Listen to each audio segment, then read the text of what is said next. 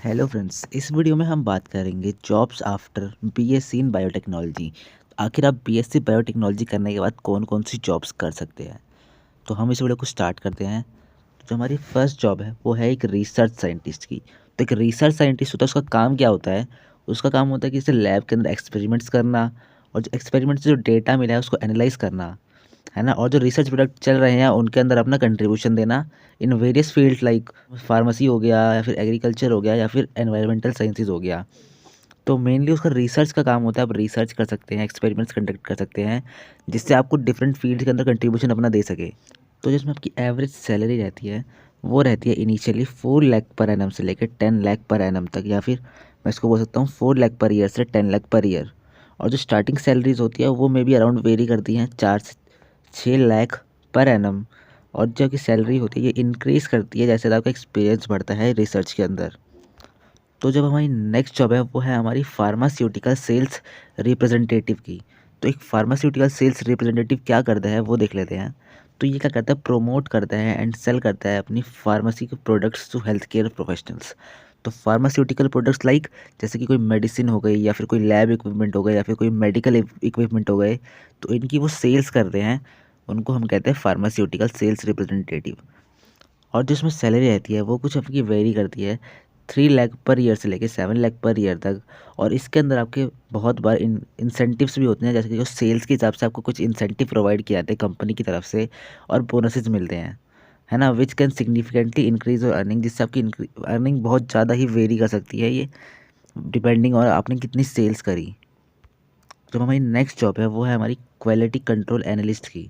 तो एक quality control analyst का काम क्या होता है, वो इंश्योर करता है कि जो क्वालिटी और सेफ्टी है प्रोडक्ट्स की उस पर टेस्ट करके या फिर उस पर इंस्पेक्शन करता है मैन्युफैक्चरिंग फैसिलिटीज़ के अंदर। तो जो मैन्युफैक्चरिंग फैसिलिटीज़ होती है ना, उनके अंदर वो सेफ्टी का ध्यान रखते हैं, उसमें टेस्ट करके कि ये जो प्रोडक्ट बन रहा है हमारे यहाँ बायोलॉजिकल प्रोडक्ट, ये सेफ्टी स्टैंडर्ड्स के अकॉर्डिंग है कि नहीं है।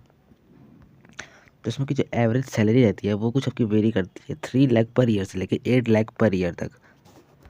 तो इसके बाद जो हमारी नेक्स्ट जॉब आती है वो हमारी आती है एक प्रोडक्शन एग्जीक्यूटिव की। तो एक प्रोडक्शन एग्जीक्यूटिव के रोल क्या होता है वो आपको बता देता हूँ। ये प्रोडक्शन प्रोसेस को पूरा ओवरसी करता है, मतलब पूरा देखता है मैन्युफैक्चरिंग प्लांट या फिर फैसिलिटीज़ के अंदर कि प्रोडक्शन सही से चल रहा है कि नहीं चल रहा, है ना। उसकी एफिशिएंसी इंश्योर करना और उसके adherence to the quality standards या फिर क्वालिटी स्टैंडर्ड्स वो खरा उतर रहा है कि नहीं। ये पिछले वाले से सिमिलर ही होता है। इसमें को वही प्रोडक्शन पे ध्यान रखना होता है कि सही से हो रहा है कि नहीं हो रहा। लाइक जैसे कि इंसुलिन प्रोडक्शन होती है, इंसुलिन की जो प्रोडक्शन होती है वो उसको देखते हैं कि वो सही से हो रही है कि नहीं, सब कुछ क्वालिटी सही है कि नहीं। और जिसमें एवरेज सैलरी रहती है वो हमारी वेरी करती है 3 लाख पर ईयर से लेके 7 लाख पर ईयर तक। इसके बाद जो हमारी नेक्स्ट जॉब आती है वो आती है एनवायरमेंटल बायोटेक्नोलॉजिस्ट की। तो एनवायरमेंटल बायोटेक्नोलॉजिस्ट का काम क्या होता है, ये बायोटेक्नोलॉजिकल टेक्निक्स को यूज़ करता है सॉल्व करने के लिए environmental problems such as pollution and waste management. तो ये बायोटेक्नोलॉजिकल टेक्निक जैसे कि कोई बैक्टीरिया के अंदर कोई जीन ट्रांसफ़र कर दिया जिससे वो प्लास्टिक डाइजेस्ट करने लग गया, तो उसने वेस्ट मैनेजमेंट में हेल्प करी। तो वैसे ही आपको डिफरेंट डिफरेंट चीज़ें करके कुछ ऐसा बनाना जिससे आप एनवायरमेंटल प्रॉब्लम जैसे कि पोल्यूशन हो गया, सॉइल का हो गया, वाटर का हो गया, उसको सॉल्व कर सके। जिसमें आपकी सैलरी रहती है वो कुछ वेरी करती है 3 लाख पर ईयर से लेकर 7 लाख रुपीज़ पर ईयर तक। इसके बाद जो हमारी नेक्स्ट जॉब आती है वो आती है हमारी साइंस राइटर या कम्युनिकेटर या फिर इसे साइंटिफिक राइटर भी कह सकते हो। तो इसमें कोई काम क्या होता है, communicate scientific information to the public through writing presentation and other media. तो साइंटिफिक इन्फॉर्मेशन होती है जो आपको मिली होगी, कहीं से रिसर्च के थ्रू आपको मिली या फिर आपको कहीं से मिली, किसी और से आपको थ्रू मिली, तो उसको आपको कम्युनिकेट करना है पब्लिक को थ्रू राइटिंग, लिख के, जैसे ब्लॉग्स बना के या फिर प्रेजेंटेशन के थ्रू या फिर अदर मीडिया लाइक वीडियोस बना के या फिर डिफरेंट डिफरेंट तरीक़ों से आपको उस इन्फॉर्मेशन को कम्युनिकेट करना है टू द नॉर्मल पीपल। इसमें एवरेज सैलरी रहती है वो आपकी रहती है 3 लाख पर ईयर से लेकर 6 लाख रुपीज़ पर ईयर तक। इसके बाद जो हमारी नेक्स्ट जॉब आती है वो आती है हमारी लेबोरेटरी टेक्नीशियन या फिर लैब टेक्नीशियन की। तो लैब टेक्नीशियन की जॉब में आपको करना क्या होता है, आपको परफॉर्म करने होते हैं routine laboratory task like maintaining equipments assist researcher with experiments. तो लैब टेक्नीशियन में आपको एक असिस्टेंस की तरह काम करना होता है, असिस्ट करना होता है सबको। आपको जो इक्विपमेंट्स होते हैं लैब में, जैसा कि आपने देखा भी होगा, आपने लैब में काम करा होगा, तो वहाँ पे जो वो मेंटेन करते हैं सारे इक्विपमेंट को कि सही से रखा है कि नहीं रखा है, सब कुछ सही से काम कर रहे हैं कि नहीं कर रहे। और असिस्ट करना है रिसर्चर्स को विद देयर एक्सपेरिमेंट्स। जो एक्सपेरिमेंट्स रिसर्चर कर रहे होंगे उनमें आपको असिस्ट करना है, हेल्प करानी है। जिसमें कि एवरेज सैलरी रहती है, वो रहती है कुछ 2 लाख रुपीज़ पर ईयर से लेकर 4 लाख रुपीज़ पर ईयर तक। इसके बाद जो हमारी नेक्स्ट जॉब आती है वो आती है, देखो बीएससी बायोटेक्नोलॉजी करा है तो ये तो आपको है ही कि आप बायोटेक्नोलॉजिस्ट बन सकते हैं। तो एक बायोटेक्नोलॉजिस्ट का काम क्या होता है, उसको बायोलॉजिकल प्रिंसिपल एंड टेक्निक्स जो आपने सीखी है पूरे कोर्स के अंदर, उसको यूज़ करके आपको कुछ न्यू प्रोडक्ट्स डेवलप करने हैं एंड प्रोसेसेस। लाइक जैसे कि आपने फेमस एग्जांपल सुना होगा बायोटेक्नोलॉजी के थ्रू, एक हमने इंसुलिन को एकदम मतलब मैन मेड कंडीशंस के अंदर बनाना सीखा था, तो ये भी बायोटेक्नोलॉजिस्ट का ही काम था। और जैसे वैक्सीन्स बनती हैं, ये भी बायोटेक्नोलॉजिस्ट का ही काम होता है ना। In industries like health care, agriculture and manufacturing.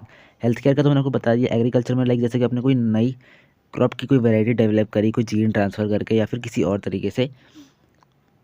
और मैन्युफैक्चरिंग के अंदर तो इसमें आपकी एवरेज सैलरी रहती है, वो रहती है 3 लाख रुपीज़ लेके 7 लाख रुपीज़ पर ईयर तक।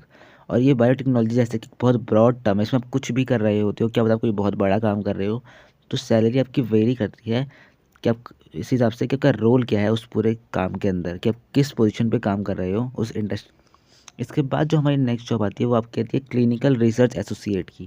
तो एक क्लिनिकल रिसर्च एसोसिएट का जॉब रोल क्या होता है वो देख लेते हैं। तो ये मॉनिटर करता है क्लिनिकल ट्रायल, जैसे कि आपने देखा होगा क्लिनिकल ट्रायल्स चलते हैं जानवरों के ऊपर या फिर कभी इंसानों के ऊपर भी।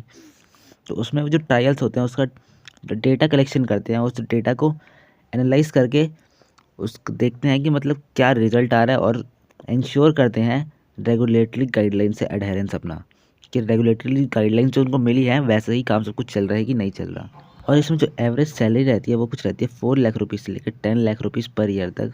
और स्टार्टिंग सैलरीज इसमें may be around 4 to 6 lakh रह सकती है। ये बढ़ेगी जैसे आपका एक्सपीरियंस बढ़ेगा इस फील्ड के अंदर। अब हम बात कर लेते हैं कुछ इंपॉर्टेंट पॉइंट्स टू कंसिडर।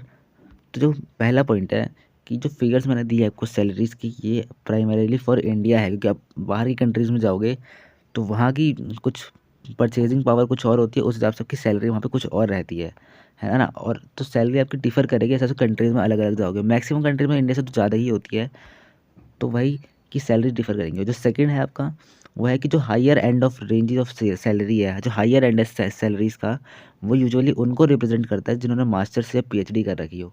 जैसे कि मैंने आपको बोला कि 6 लाख रुपीज़ से लेकर 10 लाख रुपीज़ पर एनम तक है, तो 10 लाख वाला जो साइड होगा ना, वो उनके लिए ज़्यादा एक्सपीरियंस लगता है कभी कभी, जैसे मास्टर्स या फिर पीएचडी कर रखी हो। ऑलवेज नहीं, लेकिन मैक्सिमम केसेस में, या फिर आपके पास कोई स्पेशलाइज स्किल हो, या फिर आप जो कुछ डिफरेंट बनाती हो नॉर्मल लोगों से। और जो हमारा थर्ड पॉइंट है, जो गवर्नमेंट जॉब होती है इन रिसर्च इंस्टीट्यूशन और पब्लिक सेक्टर कंपनीज़, उनका डिफरेंट पे स्केल होता है अपना, अपनी कंपनी हिसाब से, या फिर गवर्नमेंट इंस्टीट्यूशन का भी अपना एक अपना पे स्केल होता है जो कि नॉर्मली अलग चलता है बिल्कुल। तो उन और उसके बेनिफिट्स भी अलग अलग होते हैं। तो इस वीडियो में होप मैंने आपको सारी जॉब्स कवर करके बता दी होंगी। अगर आपको फिर भी कोई डाउट रह जाता है then please let me know in the comment section.